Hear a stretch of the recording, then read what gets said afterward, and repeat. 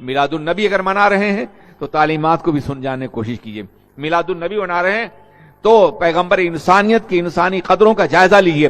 میلاد پاک صرف اس کا نام نہیں ہے. آپ جلوس نکال لیں, بےہودگی کریں, ڈی جے بجائیں, رقص و سرود کریں, ناچتے ہوئے نظر آئیں, یہ توہین ہے میلاد کی, یہ توہین ہے سرور کائنات کے ذکر کی, یہ توہین ہے ولادت مصطفیٰ کی. انسلٹ کر رہے ہیں. آپ کوئی کام نہیں کر رہے ہیں بلکہ جہنم بول لے رہے ہیں, اللہ کا عذاب لے رہے ہیں. بند کیجیے اس طرح کی برائیوں کو. اس سے نہ نبی خوش ہوں گے نہ خدا, بلکہ نبی بھی ناراض ہوں گے اور خدا بھی ناراض ہوگا. آپ اندازہ فرمائیں, ولادت بہت بڑا دن ہے سرکار کا, مگر ایک بہت بڑا دن سرکار کی زندگی میں آیا تھا, فتح مکہ کا. آپ کو معلوم اس روز اللہ کے رسول نے کسی طرح کا ہنگامہ کرنے کی اجازت نہیں دی تھی. عالم یہ ہے کہ آپ جا رہے ہیں تو اونٹ کے کوہان پر آپ کا سر جھکا ہوا اللہ کی بندگی کر رہے ہیں, خدا کی تسبیح پڑھ رہے ہیں. ایک صاحب نے جوش میں کہا تھا الیوم یوم الملحمہ, آج کا دن تو خون ریزی کا دن ہے. تو اللہ کے رسول نے ان سے قیادت کا جھنڈا چھین لیا اور فرمایا نہیں, الیوم یوم المرحمہ, آج کا دن تو رحمت کا دن ہے, آج کا دن تو پیار کا دن ہے. جو برائیاں آپ کرتے ہیں خدا را اس سے باز آ جائیے. لوگ تانا دیتے ہیں ہمیں کہ یہ میلاد النبی منانے والے ان باتوں کی اجازت دیتے ہوں گے, یا معاذ اللہ میلاد شاید اسی طریقے کا منایا جاتا ہو. ہم نے یورپ میں اس طرح کی رسم رکھی, وہاں ڈی جے نہیں بجانے دیتے, ہم وہاں ناچنے نہیں دیتے, وہاں کودنے نہیں دیتے, بلکہ میلاد کا جلوس نکلتا ہے برمنگھم میں, مانچسٹر میں نکلتا ہے, اسی طرح سے یورپ کے مختلف ملکوں میں نکلتا ہے. آپ کبھی ٹی وی پر دیکھ سکتے ہیں, ہالینڈ میں نکلتا ہے.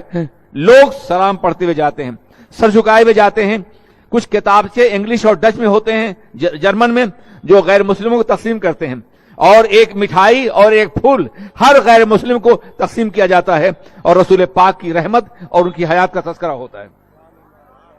ہم نے میلاد کا خود وہاں رواج دیا ہے. وہاں نئے نئے لوگ آ رہے ہیں, لیکن جانتے ہیں اس کی برکت کیا ہے؟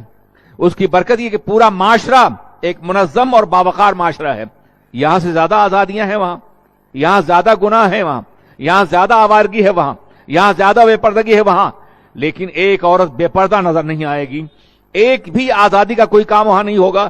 لوگ میلاد کو میلاد کی طرح سے مناتے ہیں, ذکر رسول کرتے ہیں. ایک لٹریچر ہوتا ہے, پمفلٹ ہوتا ہے جس میں حضور کی سیرت ہوتی ہے, ڈچ میں, انگلش میں, جرمن میں اور زبانوں میں تقسیم کیا جاتا ہے.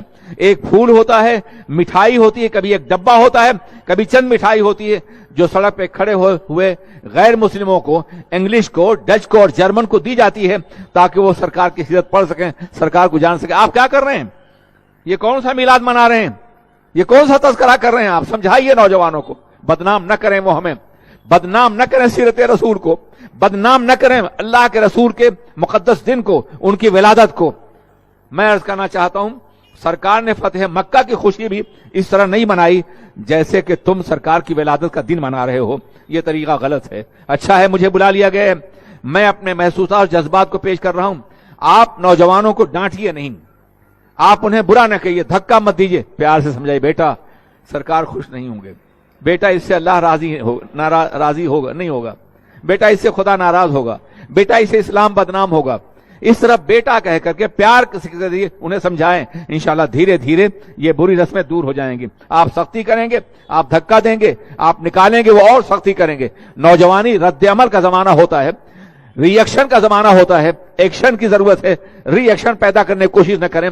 سمجھا کر کے, بجھا کر کے, پیار کے ذریعے انہیں ان برائیوں سے روکیں تاکہ میلاد کی محفل عبادت کی محفل بن جائے, بندگی کی محفل بن جائے. بہرکیف یہ درمیان کی بات تھی جو میں نے عرض کر دی ہے. اللہ کے رسول علیہ السلام نے یتیموں سے پیار کرنے کا سلیقہ عطا فرمایا کہ جو شخص یتیم کے